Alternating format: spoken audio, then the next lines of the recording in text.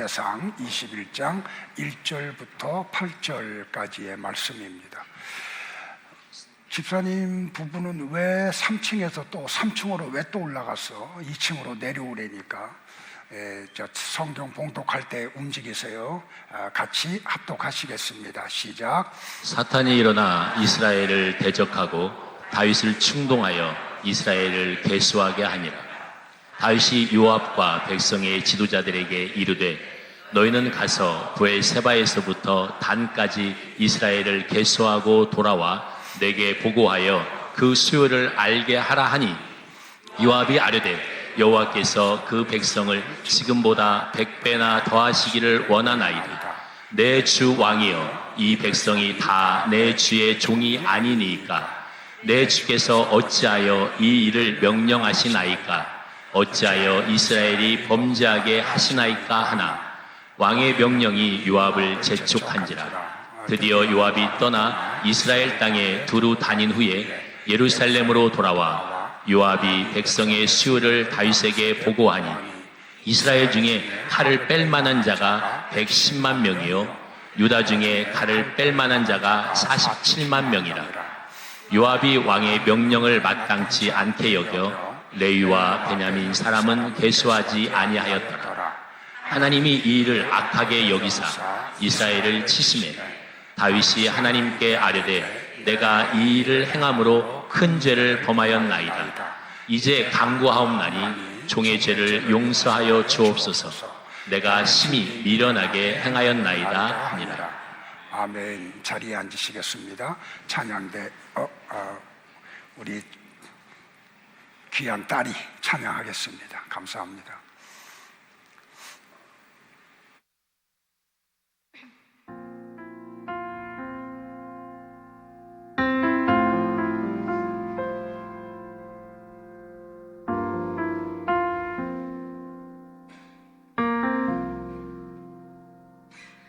온 땅의 주인 되신 주님이 내 이름 아시며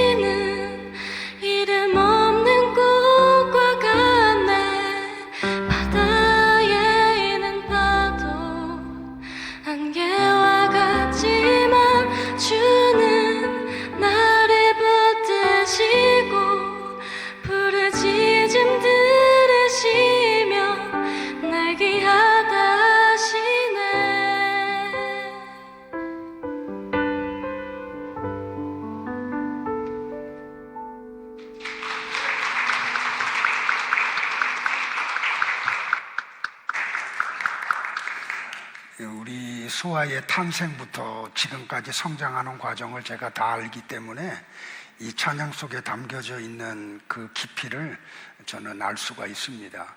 우리 고마워. 예쁘게 잘 키워줘서 아무 모습 하나 만나면 안 돼. 우리 옆에 분들 같이 한번 교제할까요? 주의 이름으로 축복합니다 하고요. 오늘 설교는 여러분들이 가볍게 들으면 제가 화를 낼 거예요. 왜냐하면 이 한 편의 설교가 나오는 과정이 참 힘들었어요. 그렇기 때문에 여러분들이 이 말씀을 좀 잘 따라와 주십사 하고 당부를 좀 드리겠습니다. 오늘 본문은 우리가 익히 아는 다윗의 노년에 인구 조사를 하는 내용입니다. 근데 이걸로 인해서 하나님이 진노를 하시고 벌을 내려서 전염병을 통해서 이스라엘 백성들 가운데 7만 명이 죽임을 당하는 그런 큰 아픔을 겪는 내용입니다. 이 내용 속에 담겨져 있는 하나님의 메시지를 오늘 잘 여러분들이 들으시고 나와 여러분의 삶 속에서는 이런 일이 일어나지 않도록 우리를 잘 관리하는 그런 우리가 되기를 축복을 합니다. 복마전이라는 말이 있습니다. 복마전이라는 한문을 풀이하면 엎드릴 복, 마기마, 큰 집 전으로 복마전이라는 뜻이 뭐냐면 마귀가 숨어 있는 큰 집이라는 뜻입니다. 다시 말하면 나쁜 일이나 음모가 끊임없이 행해지고 펼쳐지고 있는 악의 근거지. 그런데 이 세상을 가리켜서 뭐라고 말하냐면 복마전의 세상이라고 이야기를 하죠. 자, 이 복마전을 통해서 우리가 보면 이 세상의 정치나 사회나 경제나 문화 등 이 세상의 모든 속에서 일어나는 모든 것들은 다 복마전이라고 해도 과언이 아닙니다. 이 세상의 모든 제도나 사람들이 하는 모든 것이 복마전인 이유는 인간이 중심이 되고 인간이 주인이 되어버린 인본주의와 율법주의가 세상을 지배하기 때문입니다. 사람들은 민주주의가 굉장히 좋은 정치 제도로 생각을 하죠. 근데 인간들이 만들어낸 정치 제도 가운데 그나마 가장 좋은 거지, 민주주의도 완벽한 정치 제도는 아닙니다. 왜냐하면 사람들의 의견이 다수가 되는 것이 진리인 게 민주주의이기 때문입니다. 그렇다고 공산주의 제도가 좋다는 말은 결코 아닙니다. 공산주의는 더한 사람의 중심이 된 제도이죠. 그래서 민주주의나 공산주의나 사람이 중심이기 때문에 완전한 정치 제도가 결코 아닙니다. 인내천이라는 단어도 있습니다. 인내천이라는 한문을 보면 사람 인자에 이어내에 하늘천으로 되어 있습니다. 그러니까 인내천이라는 말은 사람이 하늘이라는 뜻입니다. 이것도 잘못된 말이죠. 하나님만이 하늘이십니다.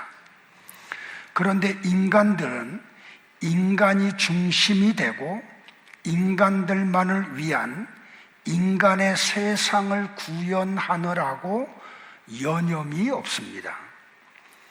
모든 사람이 주인공이 되고 싶어 합니다. 겉으로는 사람이 주인이 되는 세상을 이루고 싶어 하지만 속을 살펴보면 자신이 그 세상에서 왕이 되고 자신이 하나님이 되려고 하는 시도가 끊임없이 일어나고 있습니다. 그래서 사람이 중심이 된 이 세상을 복마전이라고 하는 것입니다. 하나님의 마음에 합했던 다윗이 이 복마전 속에서 영향을 받고 하나님이 중심이 되지 않은 인간이 중심이 되는 행위를 합니다.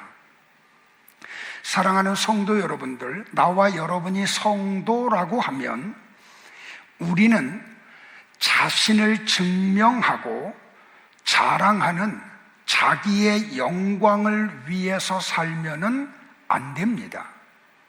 우리는 하나님의 이름을 높이고 하나님의 영광을 위하여 살아야 합니다. 여러분이 더 성숙한 성도라고 하면 개인의 구원만을 위해서 신앙생활을 하면 안 됩니다. 여러분이 성숙한 신앙인이라고 하면 하나님 나라의 완성을 위해서 신앙생활을 해야 합니다. 자기 자랑과 자기 영광에 눈먼 사람들은 항상 겉으로 나타난 것으로 판단을 합니다. 겉으로 드러난 것으로 사람을 판단하는 것을 인과율이라고 합니다. 이 인과율의 근거에서 나오는 아주 잘못된 신앙이 뭐냐면 기복주의 신앙입니다. 사랑하는 성도 여러분들, 하나님의 사랑을 인간의 눈에 보이는 세상의 것으로 판단하는 것이 얼마나 우매한 짓인지 아십니까? 오늘 다윗은 그렇게 믿음의 생활을 잘 하다가 노년에 이렇게 우매한 짓을 하고 맙니다. 다윗이 행한 우매한 짓이 무엇입니까, 여러분들? 역대상 21장 2절에 보니까 다윗이 요압과 백성의 지도자들에게 이르되 너희는 가서 부엘세바에서부터 단까지, 여기에 나오는 이 두 지명은 이스라엘의 최남단과 최북단의 도시를 의미합니다. 그러니까 이스라엘 전역에 있는 이스라엘을 계수하고 돌아와 내게 보고하여 그 수요를 알게 하라라고 하는 명령을 내립니다. 여러분들, 인구를 조사하는 게 어떻게 우매한 짓이고 하나님의 마음을 이렇게 상하게 하는 일이라고 생각을 합니까? 그 비밀이 역대상 21장 5절에 숨어져 있습니다. 같이 한번 볼까요? 시작. 요압이 백성의 수요를 다윗에게 보고하니 이스라엘 중에 칼을 뺄 만한 자가 80만 명이요 유다 중에 칼을 뺄 만한 자가 47만 명이라. 제가 일부러 굵은 글씨에다 빨간색으로 표시해 온 것은 다윗의 우매한 짓이 바로 이거이기 때문에 그렇습니다.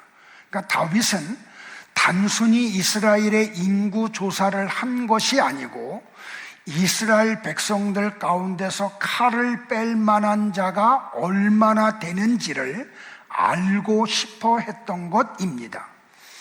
이 배경에 다윗의 어떤 마음이 숨겨져 있냐면, 그는 지금까지 하나님이 도와주셔서 전쟁을 치를 때마다 이겼습니다. 그런데 지금 여기 나라가 편안해지고 좀 인구가 늘어나니까 하나님을 의지하는 마음이 작아지고 자기 백성들 가운데 칼을 뺄 만한 자의 숫자가 얼마나 되는지 자기의 어떤 왕권을 자랑하고 왕권을 지키고 하려고 하는 마음 속에서 이런 지시를 한 것입니다. 그런데 여러분들 보세요. 이 요압이라고 하는 군대 장관이 다윗의 그 시작부터 마지막까지 함께 했던 군대 장관입니다. 이 사람은 무관이에요. 그렇게 머리가 스마트한 사람이 아니에요. 사리를 분별하는 능력을 가지고 있는 사람도 아니에요. 다윗의 명령이라고 하면 우직하게 평생을 따라왔던 사람이 요압이라는 장군이에요. 그런데 이렇게 우직한 사람도 알 수 있는 것을 다윗이 몰라요. 자, 요압이 다윗 왕에게 뭐라고 이야기를 합니까? 여호와께서 그 백성을 지금보다 100배나 더하시기를 원하나이다. 내 주 왕이여, 이 백성이 다 내 주의 종이 아니니까 내 주께서 어찌하여 이 일을 명령하시나이까? 어찌하여 이스라엘이 범죄하게 하시나이까?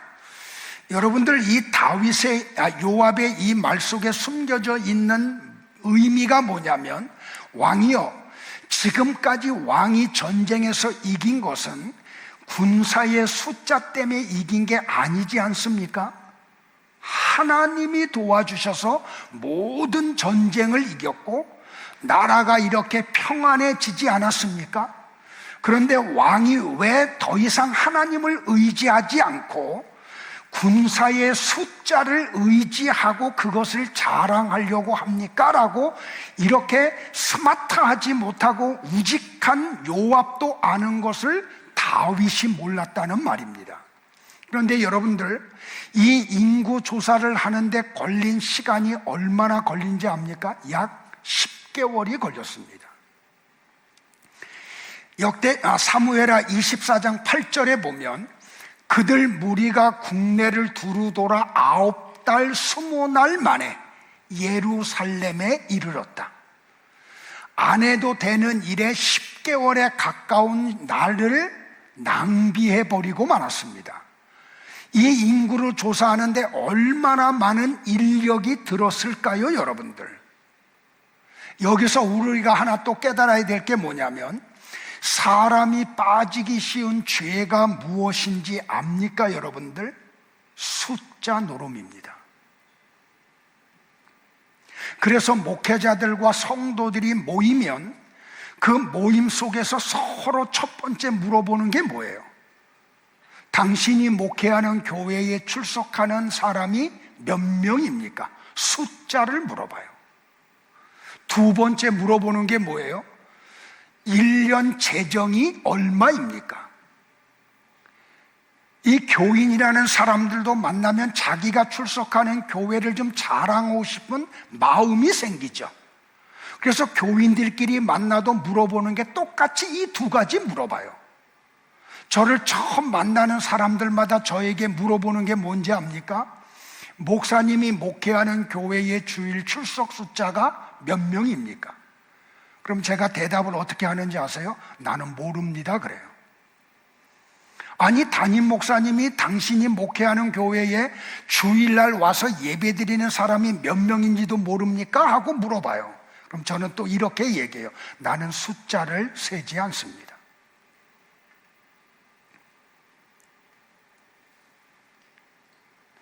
왜 사람들이 이런 그 숫자를 물어보는 우를 범하는지 압니까, 여러분들? 그게 복이라고 생각하기 때문에 그래요. 그게 힘이라고 생각하기 때문에 그래요. 언제도 고백을 드렸지만 저는 하나님 앞에 이걸 철저하게 회개를 했고 한 영혼의 가치를 가장 귀하게 여기기로 마음을 먹었어요. 그러니까 교회는 한 영혼의 가치를 알아야 하는 곳입니다. 숫자에 많은 게 중요한 게 아니라는 말입니다. 그러니까 성경은 하나님의 마음에 합했던 다윗이 미련하게 죄를 범한 이유를 우리에게 가르쳐줘요. 자, 사무엘 기자와 역대기 저자의 말을 한번 같이 볼까요? 연이어서 봅니다. 시작. 여호와께서 다시 이스라엘을 향하여 진노하사 그들을 치시려고 다윗을 격동시키사 가서 이스라엘과 유다의 인구를 조사하라 하신지라. 사탄이 일어나 이스라엘을 대적하고 다윗을 충동하여 이스라엘을 계수하게 하니라. 자, 똑같은 사건을 기록한 사무엘서 저자와 역대기 저자가 이 다윗이 인구 조사를 한 이유에 대해서 상반되게 이야기를 하죠. 자, 사무엘서 저자는 뭐라고 말하냐면, 하나님께서 진노를 하셔서 그들을 치시려고 다윗을 격동시켜서 인구를 조사하게 했다라고 이야기했고, 역대기 저자는 사탄이 일어나서 이스라엘을 대적하고 다윗을 충동하여 이스라엘 백성의 숫자를 계수하게 했다라고 이야기를 해요. 그러면 성경이 잘못됐나요? 아니에요. 사무엘서 저자도 역대기 저자도 똑같은 내용을 말하는데 다르게 표현한 것뿐이에요. 자, 이것을 알려고 하면 우리는 욥기서로 잠시 가볼 필요가 있습니다. 자, 욥기서 1장에 보면 욥에 대하여 어떻게 표현을 했냐면, 욥은 정직했대요. 그리고 그 사람은 온전했고 하나님을 경외했으며 악에서 떠난 사람이라고 소개를 해요. 근데 어느 날 공중 권세 잡은 사단이 온 세상을 두루 다니죠. 여러분들, 사탄이 온 세상을 왜 두루 다녀요? 삼킬 자를 찾으려고요. 근데 사탄이 온 세상을 두루 다닐 때 어떻게 하고 다닌다고요? 성난 사자와 같은 모습으로 다닌대요. 그 사단이 온 세상을 두루 다니고 난 다음에 하나님 앞에 아련을 해요. 그러자 하나님이 욥을 칭찬하죠. 그래, 네가 세상을 두루 다니고 왔는데 동방에 있는 욥을 보았니? 그 사람같이 정직하고 온전하며 나를 경외하는 사람을 본 적이 있니? 하고 물어봐요.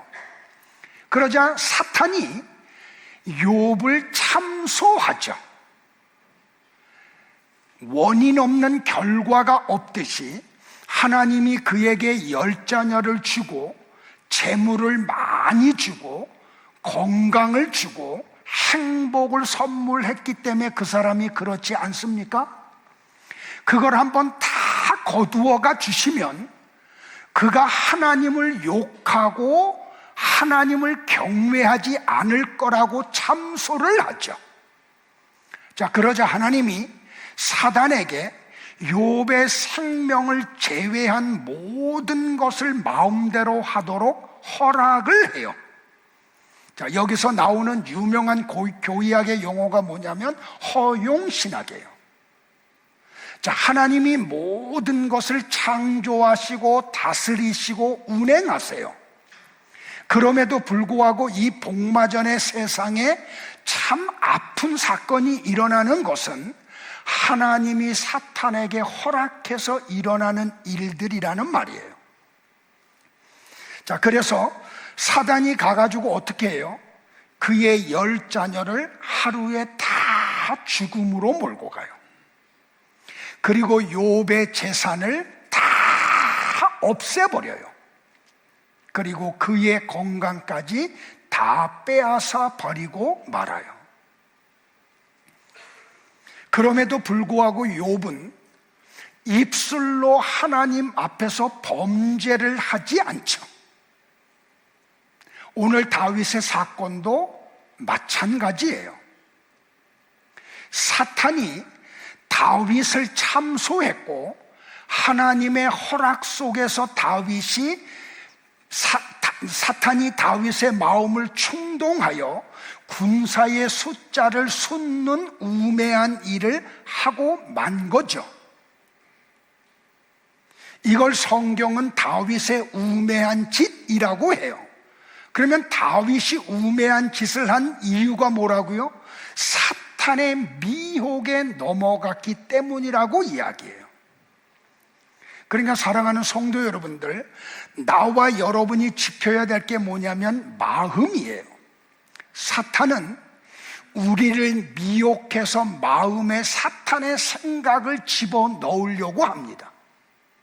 그러므로 나와 여러분들이 마음을 지켜야 되죠. 사탄의 미혹에 넘어가지 않기를 축복을 해요. 그러기 위해서 어떻게 해야 돼요? 하나님을 온전히 의지하셔야 돼요. 부부가 있으면 서로 상대방을 위해서 기도해 주어야 돼요. 부모가 자녀를, 자녀가 부모를 위해서 기도를 하셔야 돼요. 자, 그런데 다윗이 나중에 갓이라고 하는 선지자의 보냄을 받은 갓을 위해서 자기가 한 일이 죄인임을 깨달아요.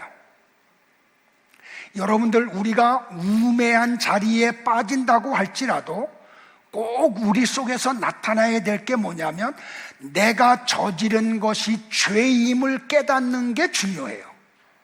그래서 다윗이 뭐를 해요? 회개를 해요. 그러니까 다윗은 나중에 깨닫죠. 아, 내가 칼을 빼는 군사의 숫자를 센 것은 하나님을 기쁘시게 하는 게 아니구나, 이건 죄구나 라고 하는 걸 깨달았다니까요. 자, 역대상 21장 8절을 한번 같이 합독을 합니다. 시작. 다윗이 하나님께 아뢰되 내가 이 일을 행함으로 큰 죄를 범하였나이다. 이제 간구하옵나니 종의 죄를 용서하여 주옵소서. 내가 심히 미련하게 행하였나이다. 자, 다윗이 자기의 입으로 고백을 해요. 내가 했던 행위는 큰 죄고 내가 했던 모든 일은 미련한 짓이라고 고백을 해요. 그러면서 뭘 해요, 여러분들? 하나님 앞에 회개를 해요. 자, 한국 교회가 또 오해하는 것 가운데 하나가 뭐냐면 회개가 뭔지를 잘 몰라요. 자, 회개라고 하는 히브리어가 뭐냐면 테슈바 또는 니함이라고 해요. 이거는 단순히 했던 행위를 후회하는 것을 말하는 게 아니에요. 자, 회개하라고 하는 히브리어 이 두 단어의 뜻 속에 담겨져 있는 비밀이 뭐냐면 네가 미련하게 했던 것을 다시 생각하여 마음을 바꾸라는 뜻이에요. 그러니까 회개의 진정한 뜻은 뭐냐면 다시 곰곰이 생각하여 마음을 바꾸라는 것이 회개라는 말이에요. 자, 여러분들, 생각을 통해서 마음이 바뀌면 무엇이 바뀌냐면 세계관이 바뀌어요. 세계관이 바뀌면 가치관이 바뀌어요. 가치관이 바뀐 성도 속에서 나오는 게 뭐예요, 여러분들? 하나님이 요구하시는 삶이 그 속에서 나와요. 내가 원하는 것, 내가 소망하는 것이 삶을 통해서 나오지 않아요. 이걸 뭐라고 이야기해요? 이걸 회개라고 해요. 그러니까 회개는 세계관과 가치관이 바뀌지 않는 것은 회개가 아니에요. 삶이 하나님이 요구하는 삶으로 나타나지 않는 것은 회개가 아니에요. 여기까지 이르러야 회개예요. 그런데 여러분들, 사람은 스스로 생각을 할 수가 없어요. 마음을 바꿀 수도 없어요. 다시 말하면 회개는 우리가 마음을 먹는다고 되는 게 아니에요. 하나님이 허락하셔야 돼요. 하나님이 우리 속에서 회개의 마음을 주셔야 회개가 일어나요. 그러니까 하나님이 우리에게 회개의 영을 불어넣어 주시면 곰곰이 생각해요. 지금까지 내가 살아왔던 삶 속에서 잘못했던 것이 뭔가, 미련하게 생각하고 행했던 것이 뭔가, 그것을 다시 곰곰이 생각해요. 그래서 마음을 바꿔요. 마음이 바뀌면 세계관이 바뀌어요. 내 중심의 세계관, 내 중심의 가치관이 하나님 중심의 세계관과 하나님 중심의 가치관으로 바뀌어요. 그러면 삶이 달라져요. 그러니까 여러분들이 자녀들에게 공부하라 말할 필요가 없어요. 하나님 앞에 기도해서 우리 아들이, 우리 자녀가 회개하게 해달라고 이야기해야 돼요. 그러면 우리 자녀들이 곰곰이 생각을 한다고요. 생각 속에서 마음이 바뀌어요. 마음이 바뀌면 세계관과 가치관이 바뀌고, 가치관이 바뀌어지면 삶이 달라져요. 그러면 어떻게 돼요? 공부해야 되는 이유를 알아요. 공부에 대한 목적을 알아요. 왜? 하나님이 나에게 머리를 주고 공부를 통해서 학문이 높아짐을 통해서 하나님의 요구하는 삶을 살아내는 게 그의 삶의 가치관이 되니까, 세계관이 되니까. 그러니까 우리가 이 세상에서의 사업을 하고 직장을 다니는 그 의미도 회개를 통해서만이 알 수가 있는 거죠. 그래서 세례 요한이 회개의 세례를 베풀었던 거고, 예수님이 공생애를 시작하시면서 첫 번째로 외치고 마지막까지 외쳤던 게 회개하라, 하나님의 나라가 가까이 왔다라는 메시지를 외쳤던 거예요. 그러니까 세례 요한과 예수님의 이 행함과 메시지는 단순히 너희들이 그동안 살아왔던 삶을 반성해라 라는 뜻이 아니에요. 너희들이 진리에 도달하려고 시도했던 방법이 잘못된 거야. 그 율법을 지키려고 하는 율법주의는 잘못된 거야. 복음으로 가야 돼. 이걸 다시 생각하고 마음을 고쳐 먹어. 그런 의미로 말씀을 한 거라는 말이에요. 다윗의 회개가 잘 드러난 곳이 어디입니까, 여러분들? 시편 51편이에요. 그래서 시편 51편을 가리켜서 뭐라고 별명을 지었냐면 다윗의 참회록이라고 이야기를 해요. 그래서 시편에 보면, 51편에 보면 죄라는 단어가 다윗의 입에서 반복해서 고백이 돼요. 그런데 시편 51편에서 다윗이 고백한 죄라는 단어가 페샤아이 또는 하타라는 단어로 반복이 돼요. 이 재밌는 게 뭐냐면 페샤아이는 복수형이에요. 그리고 하타는 단수예요. 그러니까 죄들을 회개를 하고 죄를 고백해요. 자, 복수형은 뭐냐면 밖으로 드러난 죄. 다시 말하면 우리아의 아내 밧세바를 범한 죄, 그리고 그것을 숨기려고 충신 우리아를 죽인 죄, 그거를 이야기하고, 하타라고 하는 단수는 뭐냐면 겉으로 드러난 죄를 만들어낸 근본적인 죄, 숨어 있는 죄를 이야기해요.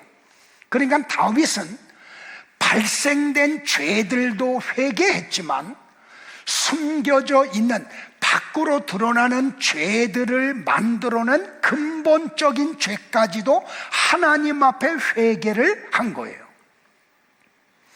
자, 그래서 다윗이 시편 51편 뒤에 가면 무슨 고백을 하냐면 이런 고백을 해요. 내가 죄악 중에 출생했습니다, 하나님. 내가 어머니가 죄 중에서 나를 잉태하였나이다. 그러니까 이게 무슨 말이냐면 아담의 원죄가 우리 어머니 속에 있었고, 그 아담의 원죄 속에 있는 어머니 속에서 나는 죄악 중에서 잉태가 되었습니다. 바로 그 고백을 하는 거예요. 그러니까 다윗의 이 시편 51편을 연구해 보면 다윗은 단순히 밖으로 드러난 죄들만 회개한 게 아니고 근본적인 죄, 아담이 지은 원죄까지도 회개를 한 거예요. 그러니까 다윗은 뭘 깨달았냐면 자기 자신 자체가 죄의 생산 공장이요, 죄의 자판기요, 죄로 지어진 흉악한 존재라고 하는 것을 발견해요. 그래서 단순히 겉으로 드러난 죄만 회개한 게 아니고 근본적인 죄까지도 회개를 한 거예요. 나와 여러분의 회개가 거기까지 이르기를 주의 이름으로 축복을 해요. 그럼에도 불구하고 하나님은 갓이라고 하는 선지자를 다윗에게 보내죠. 그리고 3가지를 제안을 하세요. 3년 기근을 선택할래? 네가 석 달 동안 적군에게 피하여 쫓겨다닐래? 아니면 3일 동안 전염병에 너의 백성들이 죽임을 당할래? 그러자 다윗이 뭘 선택을 해요? 가장 기근이 짧은 거를 선택을 해요. 그리고 이걸로 인해서 어떤 일이 벌어져요, 여러분들? 단에서 부엘세바에 이르기까지 이스라엘 백성들 가운데 7만 명이 전염병으로 죽임을 당해요. 여러분들, 이번 코로나로 우리나라에서 죽은 숫자가 얼마나 될까요? 기간이 그렇게 길었는데, 몇 년이 됐는데. 그러니까 이 다윗의 우매한 짓으로 일어난 아픔이 얼마나 큰지를 우리는 알 수가 있겠죠. 근데 성경이 여기서 끝나지 않아요. 십자가로 다윗의 사건이 끝이 나요. 그러자 하나님이 그 전염병을 그치게 하죠. 그리고 다윗에게 이렇게 명령을 내려요. 너는 여부스 사람 오르난의 타작 마당에서, 여기서 잘 보세요 여러분들, 여호와를 위하여 제단을 쌓으라고. 여러분들, 죄는 누가 범했어요? 다윗이 범했어요. 그러면 제단은 누구를 위해서 쌓아야 맞아요? 다윗을 위하여 제단을 쌓는 게 맞죠. 근데 하나님은 다윗에게 뭐라고 명령을 했어요? 너는 너를 위하여 단을 쌓지 말고 나를 위하여 단을 쌓으라고 말을 하세요. 자, 그러자 다윗이 오르난의 타작 마당으로 가죠. 거기서 오르난을 만나요. 다 설명할 수 없어요. 많은 대화가 오고 가는 가운데 다윗이 금 600세겔을 달아주어서 땅값을 지불하고 오르날의 타작 마당을 사서 거기에서 번제와 화목제를 드려요.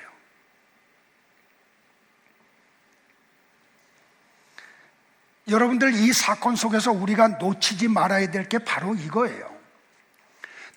다윗 자기 자신을 위하여 제단을 쌓아야 되는데 번제, 화목제물을 드리는 이유가 뭐예요? 내 죄를 사함받고 하나님과 원수지었던 관계가 회복되기 위해서 화목제를 드리잖아요. 그런데 하나님은 여호와를 위하여 제단을 쌓으라고 말한 거예요. 이건 단순히 제단을 쌓는 행위 자체를 말하는 게 아니죠. 하나님만을 온전히 섬기고 하나님께만 온전히 헌신하라는 의미가 이 속에 담겨져 있어요. 다시 말하면 우상 숭배하지 말라는 거죠.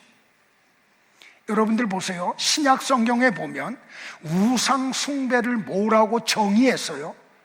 바알을 섬기는 거요? 아세라 목상을 섬기는 거요? 절에 가서 불상 앞에 절하는 거요? 신약 성경은 그렇게 말하지 않았어요. 우상 숭배는 탐심이라 그랬어요. 그러니까 이 시대에 나와 여러분이 섬기는 우상 숭배가 뭐냐면 탐심이라는 말이에요. 그러니까 하나님은 지금 다윗의 근본을 아시고 너는 더 이상 우상 숭배하지 마라, 이 말씀을 하시며 예배자로 살으라고 이야기를 하죠. 보세요 여러분들, 이 세상에는 2가지의 제단이 있어요. 자기를 위해서 예배를 드리는 예배가 있고 영과 진리로 하나님을 위하여 예배하는 예배가 있어요. 근데 많은 사람이 예배라는 형식을 띠고 예배를 드리지만 자기를 위하여 드려요. 나는 우리 교회 예배는 하나님을 위한 예배가 되기를 바라요. 여러분의 예배는 영과 진리로 드리는 예배가 되기를 바라요. 자, 이게 뭔지를 조금 더 설명을 드릴게요. 다윗이 번제와 화목제를 드린 오르난의 타작 마당이 어디예요? 창세기로 넘어가면 아브라함이 하나님의 지시로 100세에 얻은 아들 이삭을 드렸던 곳이 바로 이 오르난의 타작 마당이에요. 바로 모리아 산이에요. 바로 예루살렘이에요. 골고다 언덕이에요. 자, 창세기 22장 2절에 보면 하나님은 이삭을 어떻게 표현했어요? 이렇게 표현했어요. 아브라함아, 네 사랑하는 아들 독자 이삭이라고 이야기를 했죠. 자, 여러분들 여기 독자라는 말, 하나밖에 없는 아들이라는 말을 놓치지 마세요. 자, 히브리서 기자는 히브리서 11장 17절에서 이렇게 말을 해요. 아브라함은 시험을 받을 때에 믿음으로 이삭을 드렸으니 이 이삭은 약속들을 받은 자로 돼. 우리 언약에 대한 공부 지난주에 했어요. 언약의 아들이 다윗이에요. 그러면서 히브리서 기자가 뭐라 그래요? 아브라함은 그 외아들을 드렸느니라. 독자를 드렸다고요. 독생자를 드렸다고요. 자, 여기에 외아들이라고 하는 헬라어가 뭐냐면 모노게네스예요. 이 모노게네스라는 단어의 뜻이 뭐냐면 유일한 아들, 하나밖에 없는 아들. 그 다음에 또 하나는 뭐냐면 독특한 아들. 자, 이 모노게네스라고 하는 헬라어는 하나님 아버지의 유일하신 아들을 말할 때 쓰는 단어예요. 자, 다시요. 구약에 나오는 인물, 제도, 형식, 어떤 사건들은 다 뭐라고요? 모형과 그림자라고요. 그러니까 아브라함이 독자 이삭을 드리는 이 사건도 모형이고 그림자예요. 이걸 기억하고 성경을 여러분들이 보아야 돼요. 자, 헬라어 모노게네스가 요한복음 1장 14절에 쓰였는데 이 모노게네스를 요한복음 1장 14절은 누구라고 말을 해요? 같이 볼까요? 시작. 말씀이 육신이 되어 우리 가운데 거하심에 우리가 그의 영광을 보니 아버지의 독생자의 영광이요 은혜와 진리가 충만하더라. 이제 좀 이해돼요, 여러분들? 그러므로 아브라함이 독생자 이삭을 번제로 드린 모리아의 이야기는 하나님이 독생자 예수 그리스도를 나와 여러분을 위해서 죽이는 십자가 사건을 말하는 거라고.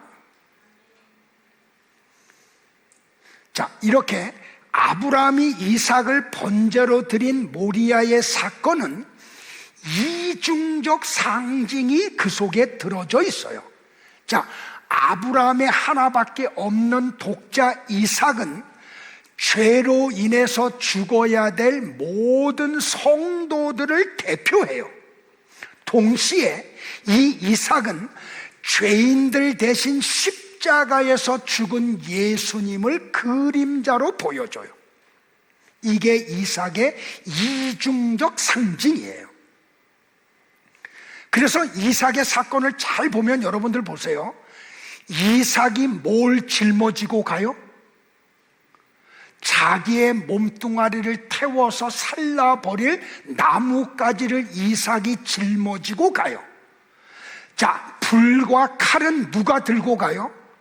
아브라함이 들고 가요.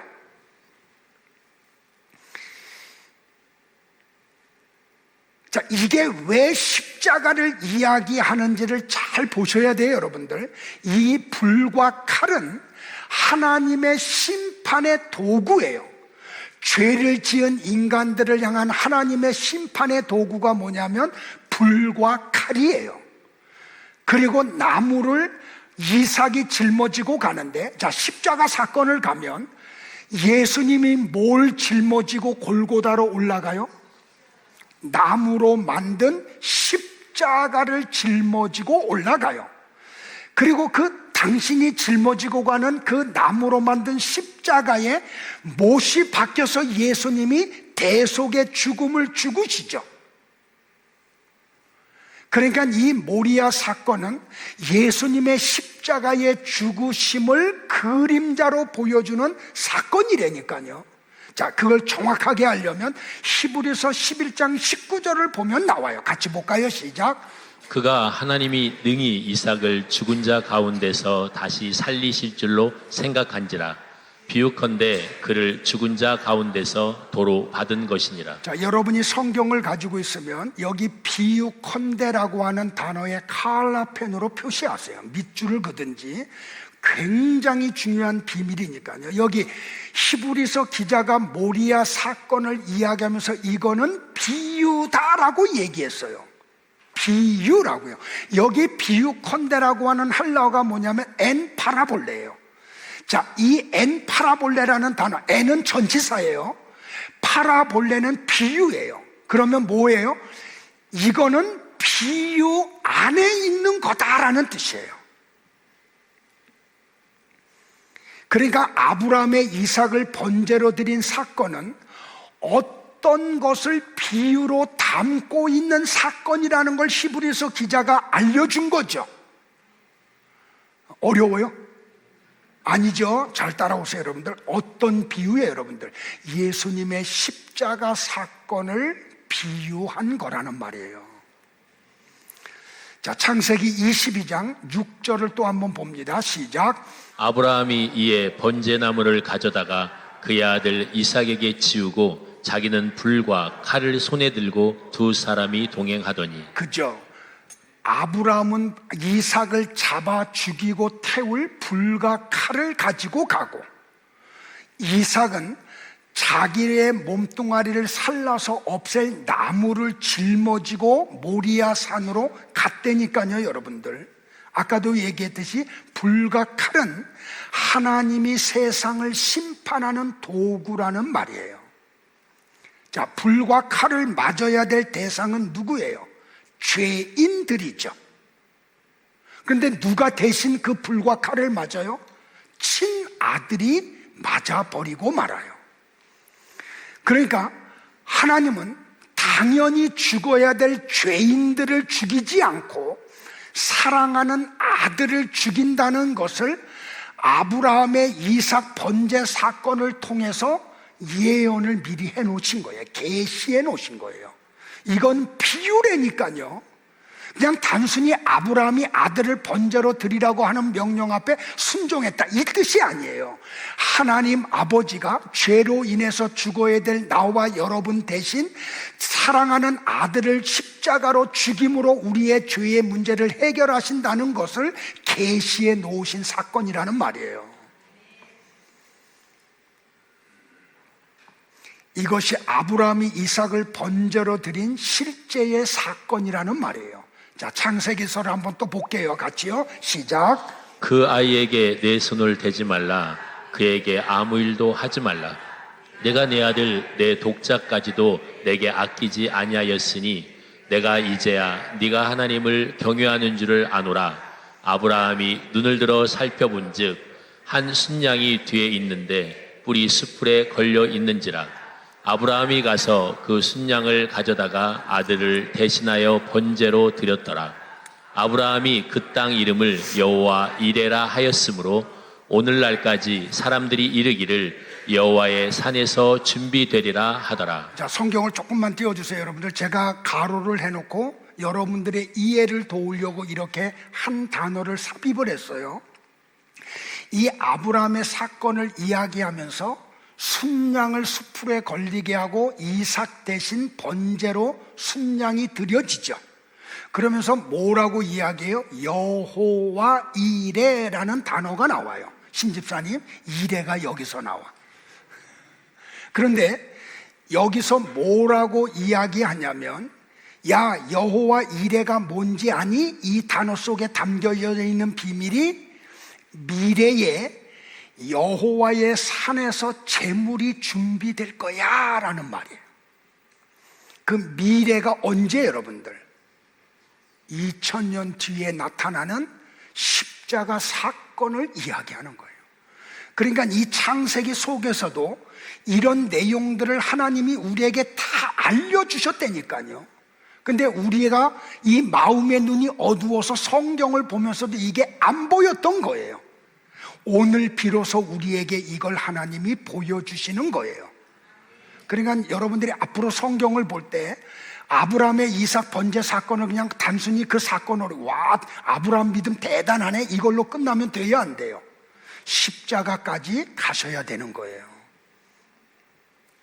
자, 그런데 아브라함이 이삭을 번제로 드렸던 그 모리아 산이 무슨 산이에요?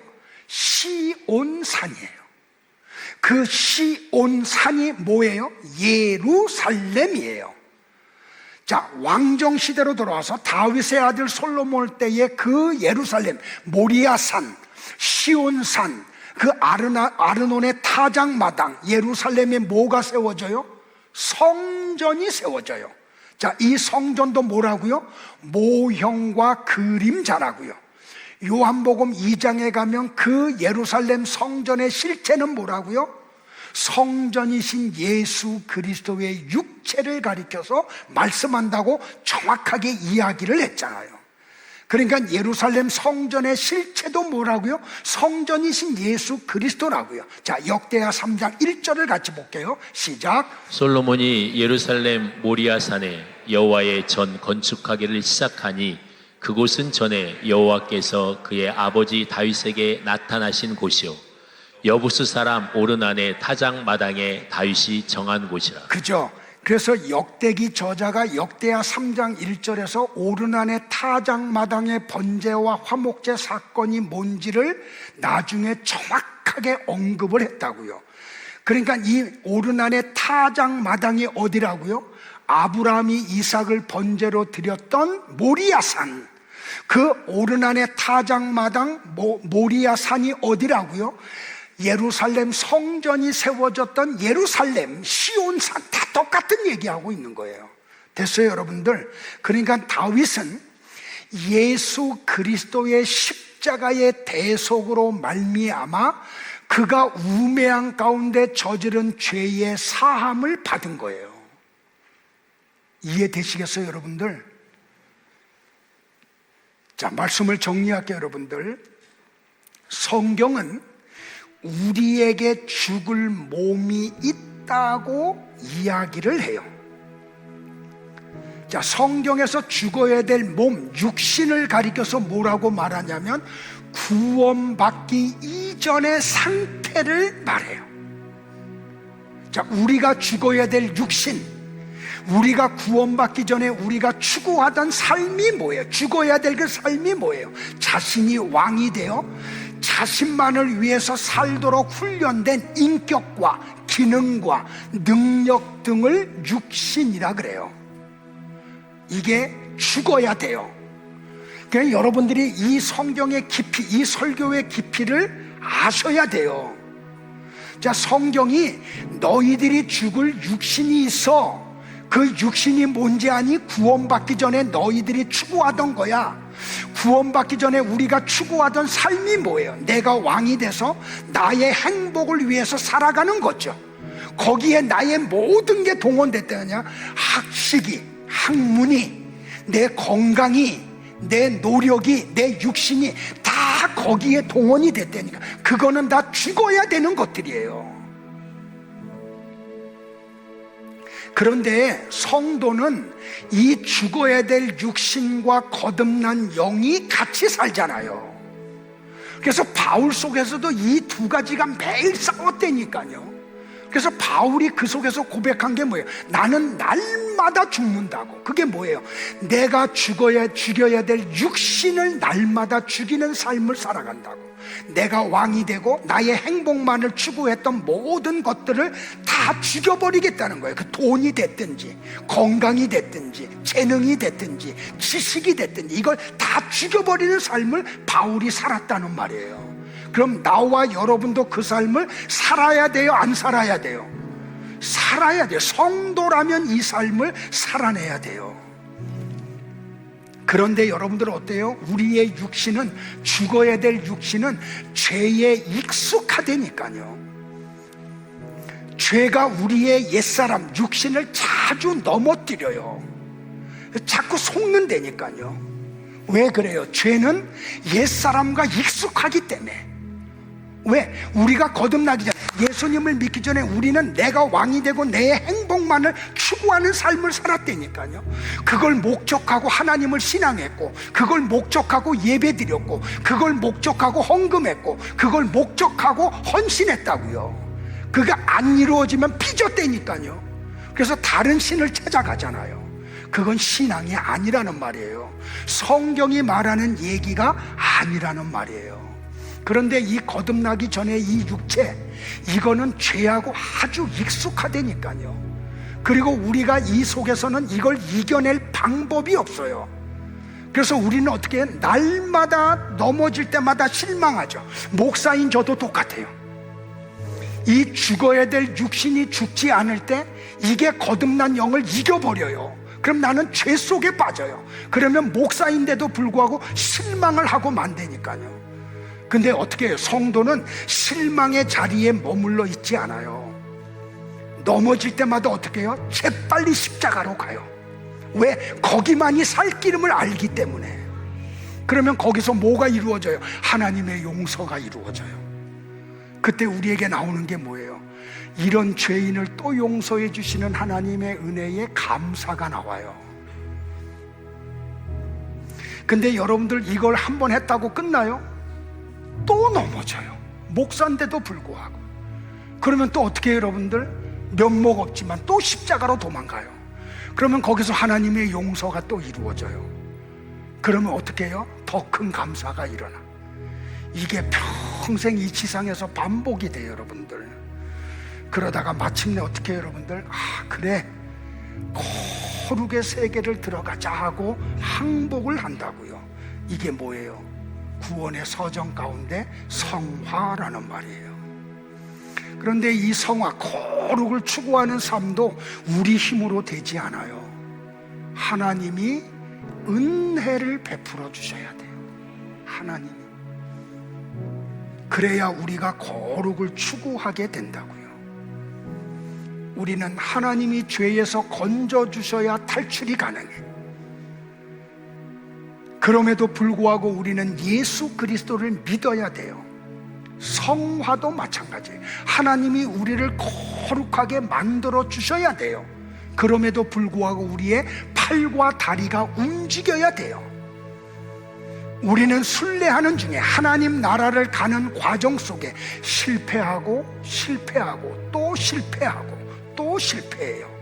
그러면서 뭘 발견해요? 아, 나는 목사라는 이 인간도 불가능한 존재구나 라는 걸 발견을 해요. 그러면서 우리는 뭘 깨달아요? 내게 필요한 건 십자가의 은혜밖에는 없어. 이걸 깨달아요. 그러면서 어떻게 해요? 조금씩 변해가요. 그게 지금 내 요 모양 요 꼴이에요. 몇십 년 동안 실패하고 넘어지고 자빠지고 회개하고 하나님의 용서를 받으면서 나온 모양이 지금 요 모양이라고요.